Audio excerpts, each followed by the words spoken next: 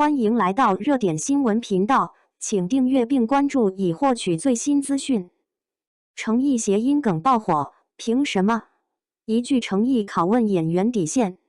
大家有没有发现，最近有个谐音梗火得有点离谱？2026年7月23日，一部叫《波兰街行动》的短剧里，角色说了句“我今天一个人过来”，就是带着诚意，对方回怼你别说带诚意了，带刘德华也没用。就因为诚意和诚意读音一模一样，网友瞬间炸了。话题诚意路过短剧，阅读量一路冲破762.7万，诚意就这么零片酬、零出镜、零宣传的客串了一把短剧片场，粉丝更是玩出了花，直接造了个诚意等于诚意等于诚意的闭环公式，说什么诚意老师本人就是满满诚意的代名词。玩梗吗？一笑而过的事。可你细琢磨，这梗能火成这样，凭什么？谐音梗的狂欢，一场意外的诚意拷问。说实话，娱乐圈里名字跟其他词撞音的人多了去了，怎么偏偏就这一个能破圈？当天恰好是莲花楼开播3周年，爱奇艺同步开启全集限免，弹幕团建刷得飞起，平台上热搜和剧集热度形成双向叠加。但更关键的是，诚意这2个字本身携带的那层意思，成功需要毅力，跟诚意撞在一起，恰好戳中了观众心里一个隐隐约约的期待。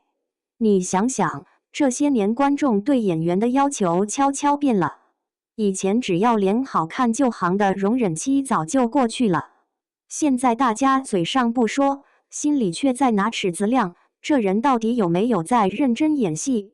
原声台词行不行？武戏用不用替身？那些敬业通稿和剧本批注的营销照，观众看多了，早就免疫了。所以当诚意和诚意被摆在一起，表面是段子，底下其实是一句潜台词：演员的诚意到底该兑现到哪儿？诚意的台词修罗场，从气弱到刻意的挣扎。说到兑现，诚意身上有个绕不过去的坎儿，就是他那口原声台词。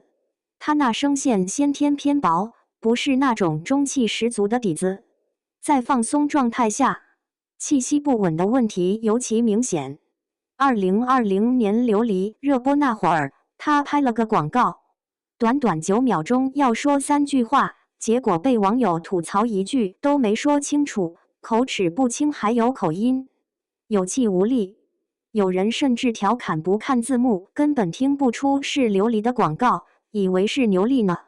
到了沉香如屑，预告片里放出原声，又是一片吐槽，声音有气无力，嘴里像含着东西，最后正片直接换成配音。央视网都发文批过这种现象，说拍了几年戏，台词半点进步都没有。那时候的诚意，演戏基本靠配音老师撑着。有网友说的挺直白，这批演员其实就是配音老师的脸替。到了2025年的《富山海》，这个问题几乎被放到了最大。萧秋水是什么人？那是满腔热血，一言不合就拔剑的江湖少年。可你听诚意的台词吐字黏糊，气声明显，据说他把老大没能护好你说成了老登没能护好你。网友直接制作了诚意台词听力测试，在没有字幕的情况下辨别人名和武功招式，难倒了一大片人。看着屏幕，有时候真替他急。不过诚意倒是回应了。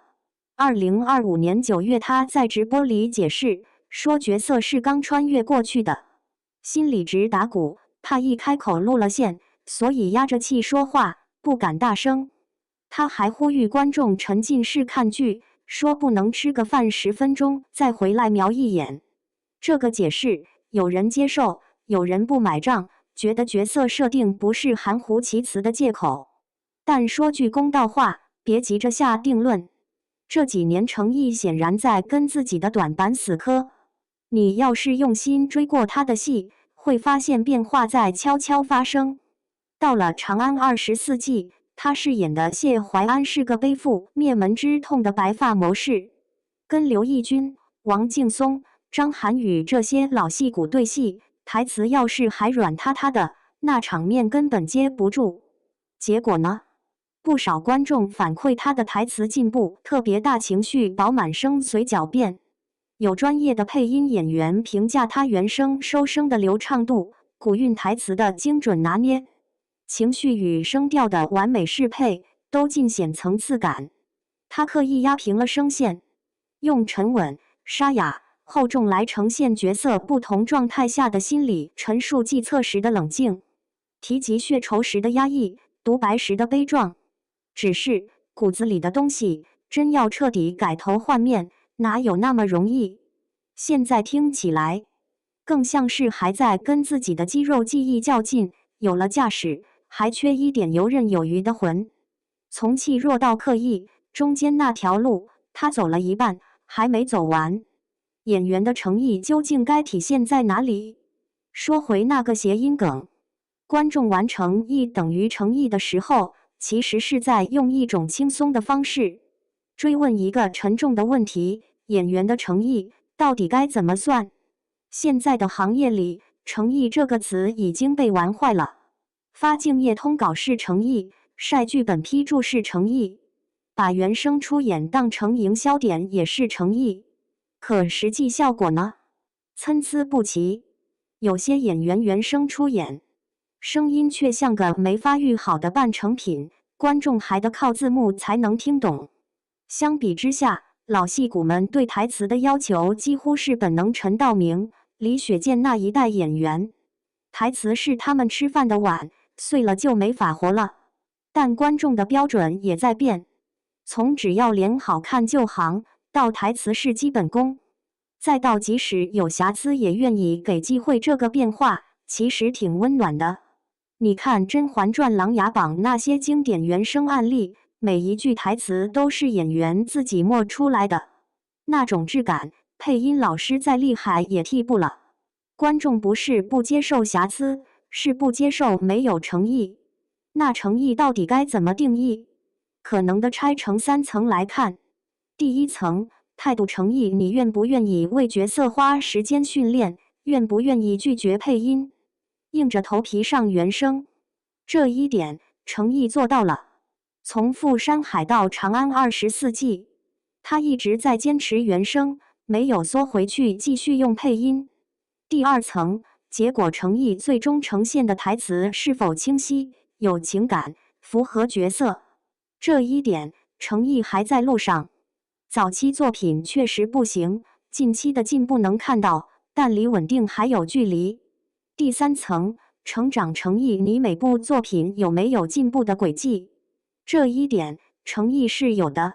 从琉璃被群嘲到长安24季被一部分人认可，那条上坡路虽然陡，但确实是往上走的。问题是，现在行业里最看重的是第一层，最轻视的是第二层。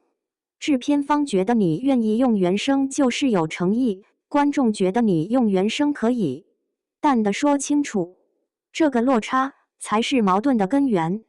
为什么会这样？因为行业对台词的传导机制出了问题。长期以来，古装剧大量依赖配音，配音老师承包了一半以上的演技，演员习惯了不张嘴就能交作业，观众也习惯了听声辨人，一听就知道是季关林还是边疆。等到要求原声的时候，才发现好多人的基本功根本没练过，于是原声成了加分项，而不是及格线。这本身就是一件挺荒谬的事。或许这才是演员最残酷的修行，有些坎儿，别人看着是轻舟已过，自己渡起来，却是一山放过一山拦。谐音梗的狂欢终究会过去，热搜会掉，段子会冷，但作品会留下，台词会留下，观众的记忆也会留下。你觉得评判一个演员有没有诚意，最重要的标准是愿意原声出演的勇气，还是最终呈现出来的台词功力？